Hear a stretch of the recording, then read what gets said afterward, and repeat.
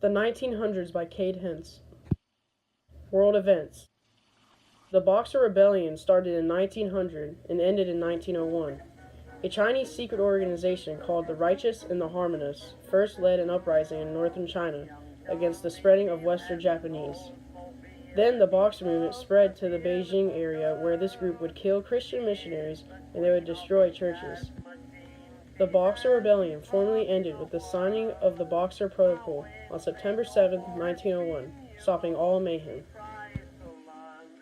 The Anglo-Arab War took place from 1901 to 1902. There was some conflict between the Arab Confederacy in present-day eastern Nigeria and the British Empire.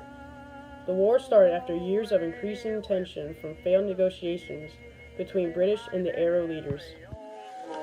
The 1905 Russian Revolution occurred in St. Petersburg, Russia on January 22, 1905, when a large demonstration of workers, led by Father Gapon, marched to the Winter Palace with a petition to the Tsar. Troops then fired on protesters in what becomes known as the Bloody Sunday. U.S. events. On July 26, 1908, the Fed Baru investigation happened when the U.S. Attorney General Charles Joseph Bonaparte issues an order to immediately staff the office of the Chief Examiner, later renamed the Federal Baru Investigation. Inventions/inventors. In 1901, the vacuum cleaner was invented by Hubert Cecil Booth and Daniel Hess. In 1902, a very important thing was made that we use almost every day. This was the air conditioning. The first successful power flight was in 1903 by the Wright brothers. In 1905, the first synthetic plastic was invented by Leo Baekeland. In 1908, the Model T, which is produced by Henry Ford Motor Company, was opened to the public for sale and was known as the first affordable automobile. Now, here's a video I found about the Model T car.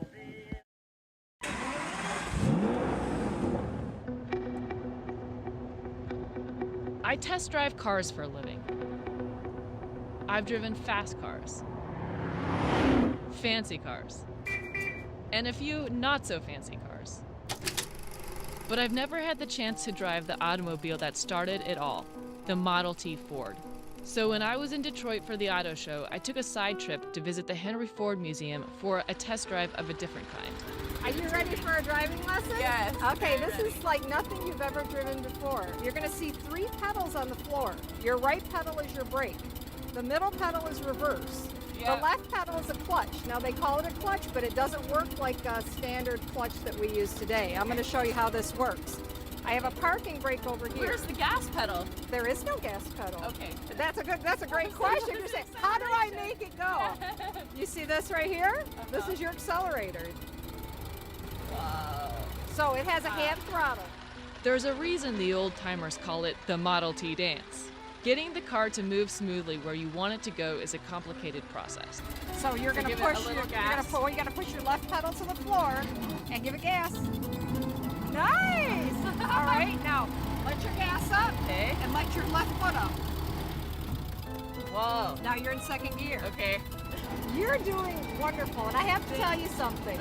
You're the first person I've ever driven with for the very first time that did not stall the car. When Really? you first, Oh, yes. gosh. So I'm very impressed. I'm very impressed. The Model T has an inline 4-cylinder engine with only 20 horsepower. It could go up to 45 miles per hour if you're on a slight downhill with the wind behind you. The normal speed for a horse and buggy is 5 to 8 miles per hour, so this was definitely an improvement. Oh, and here's one more idiosyncrasy with the Model T.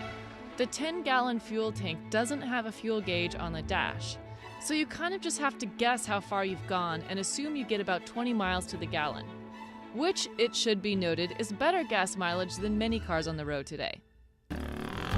Here's the biggest surprise. The Model T is actually pretty rugged. You don't have to be precious with it. It did great in the snow. Model Ts were actually made to be able to cross farms and mountains in inclement weather. You just had to be sure to carry extra blankets when you did. It was 12 degrees the day of my driving lesson, and I was definitely wishing the heating technology was a little more advanced. I'm pretty sure that back in the day, the cold didn't dampen too many spirits. The quiet clicking sound the engine makes when the car runs, the wide leg space, the comfortable leather seats, and the beautiful interior brass details all make for a smooth, fun ride. It's no surprise that Henry Ford became so successful with his new creation. This was the car that really started it all.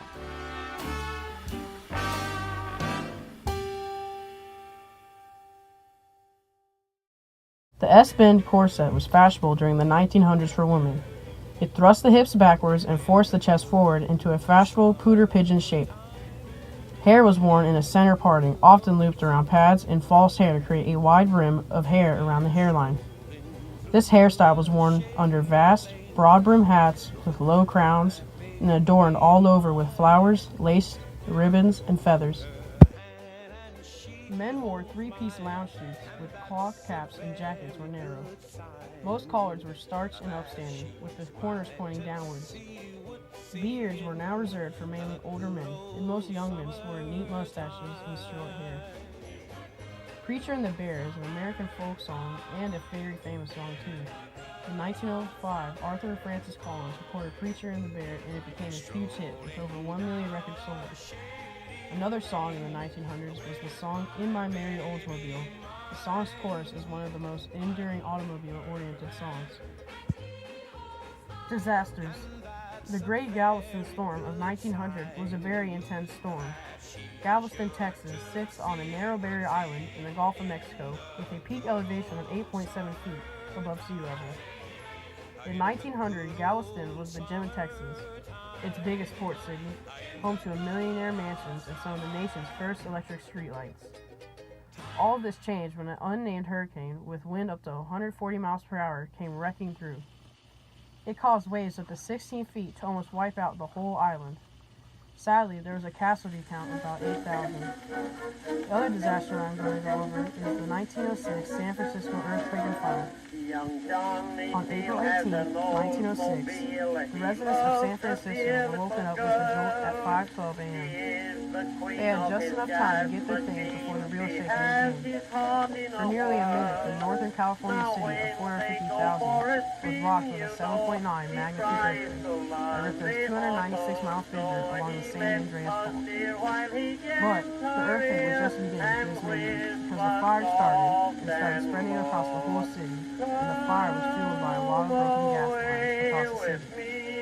Firefighters could only watch and warn because their water supply was gone from the ruptured pipes. The fires lasted for 3 days and destroyed about 500 city blocks. Social movements. In 1901, Christians became filled with the Holy Spirit and spontaneously spoke in foreign languages, leading to the growth of the charismatic movement. The ecumenical movement occurred in 1908, where basically the modern ecumenical movement desired to unite various Christian groups divided by the denominational boundaries. America's business changed dramatically during the first decade of the 20th century. Agriculture, which had been the nation's primary employer throughout the previous century, was gradually being replaced by industry. Many of the workers who were employed by the nation's expanding industrial base were immigrants. $1 in 1900 is worth about $30 today. Technology. Hiram Stevens, Maximus' son, Hiram Percy Maxim, obtains a patent for a gun silencer. He sold the first silencer commercially around 1902. He later got a patent for it on March 30th, 1909. The radar had a lot of creators, but the person that had the most credit for it was Robert Watson. But this credit should go to the German engineer Christian Holzmeier, who in 1904 used a patent the early warning system for tripping. He, in turn, used a discovery by Heinrich Hertz, who had discovered in 1888 that radio waves could be bounced off objects. Economy. In the 1900s, $1 was worth about $30 now. U.S. business and economy changed a lot during the first decade of the 20th century. Agriculture before the 20th century was the primary employer. It got replaced slowly but surely by industry. The most successful businesses of the decade was oil, steel, textile, railroad, and the food production industry. Finally, many of the workers who were employed by the expanding industry field were immigrants. In fact, it was the record year. Famous baseball players' birthdays. Lefty Grove was born on March 6, 1900, and passed away on May 22, 1975. Lefty was a 1931 AL MVP. and was one of the greatest left-hand pitchers in the history of the MLB. He is a six-time All-Star and helped the Philly Athletics win the World Series in 1929 and 1930. Lou Gehrig was born in 1903 and passed away from ALS in 1941. Over 15 years, he led the New York Yankees to 6 World Series and set the mark for the most consecutive games played.